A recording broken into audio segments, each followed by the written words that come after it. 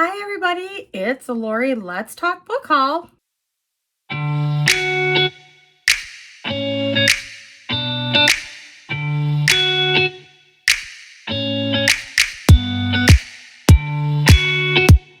have a couple of hauls here that I have picked up for the last week or so. My husband and I went looking for books at a few locations. We went to our local Second and Charles.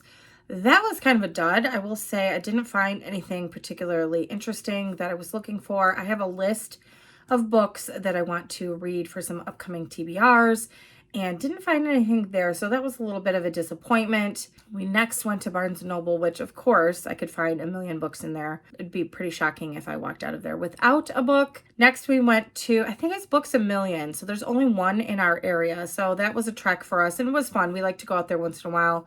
Like I've said before, we do collect Funkos and they do sell them there. We did find one Funko to add to our collection and a few books. My husband actually picked up a book as well, which was nice. I have placed a couple of orders online based on some upcoming TBRs.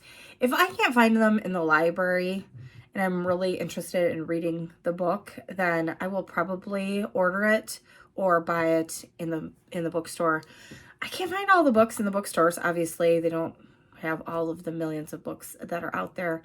So sometimes I do have to order them online, which is fine. So these are the books that I have picked up in the last few weeks. You'll see these added into TBRs here and there, or I will slot them in. If they don't fit a specific TBR that I have planned and I really want to read it, I will go ahead and slot the book in the week and read it. This one, I believe, is the one that's been recommended to me a few different times, and I did see it at Books A Million, so I picked it up. This is Up to No Gouda, a grilled cheese mystery. This is a series. It's the first one, and I love grilled cheese. I love cheese, actually. So I thought, and the cute little dog on the front, yeah, it sucked me in, and I was like, okay, great. It's the first in a series. Obviously, I like to start with the first, so I picked this one up. Excited about this one. This next one, I'm kind of bummed out. I feel a little bit...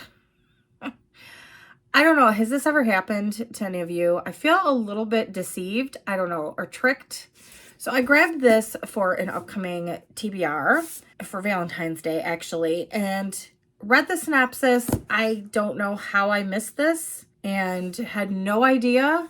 Apparently, this is Christian fiction, so I feel kind of duped. I didn't even realize it at all.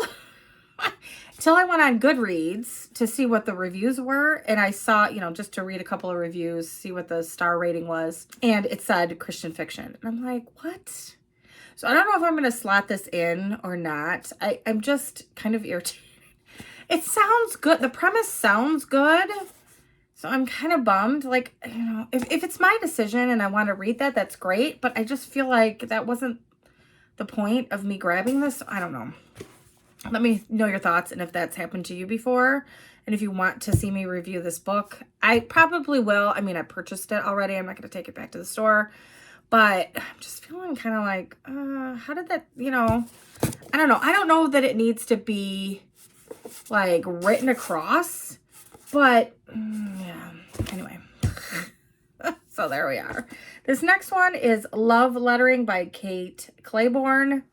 This will be in a Valentine's TBR. I'm excited about this one. I think this is a romance. I'm trying to branch out and read some more romance novels this year. Contemporary romance, chick lit type of romance. And yeah, so I thought this was good. This fit in with the theme and sounds kind of cute. I'm hoping it's good. I don't know. I wasn't necessarily going on Goodreads before I picked these, actually, to see what the ratings were. Sometimes I'm curious and I'll look after I purchased it.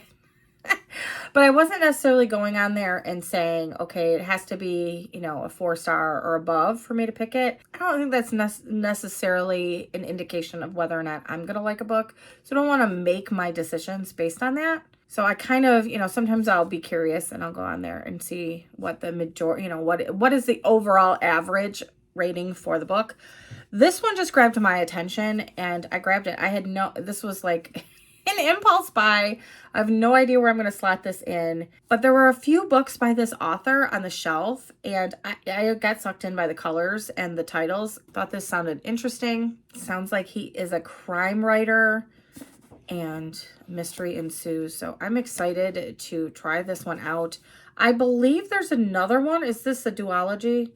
I'm not sure, but I know he has written other ones because I saw them on the shelf. I thought it was a longer running series just based on the covers. They look very similar, but I believe there's a couple of different series by him. So I'm excited to try this author for the first time.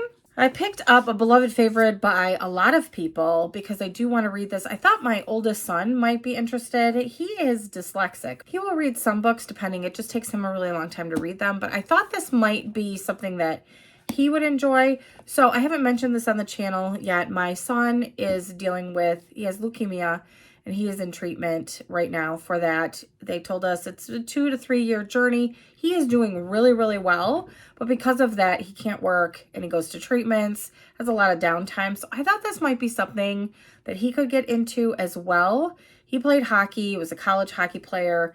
And when I heard about this series, I was like, wow, this sounds really up my alley. So I did pick up the Frederick Bachman Beartown. Sounds like this is emotional, laughter, tears type of a thing, but it is about a hockey team or a town that is obsessed with their hockey team, I should say. So I am very excited to get into this. Is this a trilogy? I believe. Maybe it's a longer running series. It's a series. I'll put it that way. I think there's 3 out. I had no idea it was an HBO series. So that's something else that we probably need to check out, but I want to read the book first. I'm guessing that I'm going to read this soon because I'm excited to get into this, and I want to share that with him once I'm finished. This is another impulse buy that I happened to see on the shelf and was just like, it looks so cute. Read the back. It was not in romance. It was in, just fiction section. This is musical chairs. I think there's romantic elements to this. Follows 2 friends that are in this musical trio together with somebody else. I don't know if it's a romantic interest or not. And all kinds of wonderful life things happen between the 2 of them. I'm excited. Again, the cover just looked super cute. I love domestic type of stories where we get to know the characters really, really well in their lives. I'm excited to see if I like this one. Again, impulse buy. Never know. I picked this up based on a recommendation here on BookTube. This sounds totally up my alley. I love anything dragons, not because of Game of Thrones, because of World of Warcraft, actually, and Dungeons and Dragons. I'm a total geek nerd, and it feels like, is this coming out of my head? So it looks like I have moss or trees growing out of my head, whatever. This is Natural History of Dragons, a memoir by Lady Trent. I am so excited to get into this series. Are there 5 books, I want to say? She lives in another world and they have dragons there and she studies them. Look at the cover for this. Stunning. Great series. I'm going to slide this in somewhere. It's not on a TBR, but I had to pick it up based on the recommendations that I was seeing. This was another impulse buy I saw when we were at Books A Million. I saw this was a series, and I do have a TBR upcoming that I thought this would slot in nicely to. And I do want to read some middle grade books, so I thought this would be fun to start with. I love Disney. That's another thing. My husband is just not into it. It's so funny. We went on a trip to Walt Disney World, planned this whole thing, and he just goes along with stuff. He's just like, yeah, okay, goes with the flow for the most part. I mean, if he really hates something, he will vehemently let me know, but but he just kind of goes along. He was happy to be able to go on vacation. That was his whole thing, just wants to go away, go on vacation. So we get there and I plan the whole thing out, and he's like, I really don't like going on rides. I'm like, what is the point? We went to Disney World. What? I dragged him on the rides. He enjoyed himself. It was kind of funny. But I said, you could have said something prior to me planning this whole trip. But again, he was just happy that there was going to be a vacation. He knew there was a pool where we were staying. That was his only criteria. Make sure there's a pool where we're staying. I can spend a lot of time in it. So I made sure to balance that out. Marriage is a compromise. So we balanced it out with riding rides, which I love, and him sitting in the pool, which he loves. So this series is The Kingdom Keepers by Ridley Pearson, Disney After Dark. I got sucked in by the title and the cover. I thought, I want to live in this life, in this universe. I thought I would pick it up. It looks like a fast read. It looks kind of fun. Like I said, I do know there's a series of this, so I thought I would try reading a middle grade and see what I think about this one. This next one is She's Up to No Good. got sucked in by the cover on this one. This follows the trip of a lifetime with our main character and her grandmother across country to delve into some family, I don't know if it's secrets or just learn more about her family after her husband of 4 years decides that he now wants a divorce. Thought this sounded kind of fun and cute. Hopefully a really heartwarming story of family, right up my alley. And again, the cover really sucked me in. And the last one that I picked up, this was on a super clearance. I don't know if it's super clearance. It was marked down and marked down again. And I know I've seen people talk about this, so I thought I would pick it up. It's Reckless Girls by Rachel Hawkins. This color, yes, the color in the cover is just fantastic. And I really wanted to go ahead and read a book by her. I know she has another one. Is it The Villa? I want to say, I think it is. So I thought I would pick this one up first. Not that it's a series or anything, but I just thought this was a really good price. It was there. I thought, yeah, let's grab it. See what I think about this one. This is like a closed island type of a setting, I believe. So some girls go on a girls trip, and yeah, some death ensues and they're stuck on this island. Thought this might be a nice thriller. We'll see. I don't know. I feel like this one got mixed reviews. We'll see what my thoughts are, and I will check back in. So like I said, there were a few of these in here that are going to work into some upcoming TBRs that I had plans for. A couple others that were just simply window shopping and impulse buys that I grabbed based on the covers. I'm excited to add these to the collection back here. So my husband took his Gray Man and Jack Reacher books off the shelf because he wanted to get back into, and Camel Club.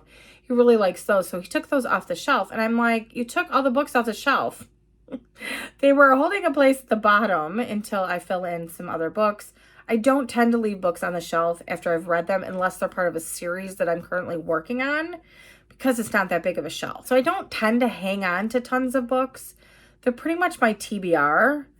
I don't know. I know a lot of people love to collect books and look at the books that they've already read. I'm not as much of a book collector. I have some series that I absolutely love, and I did collect those. But yeah, for the most part, because I do read so many books a year and we have such a large collection of Funkos, it would be hard to do that.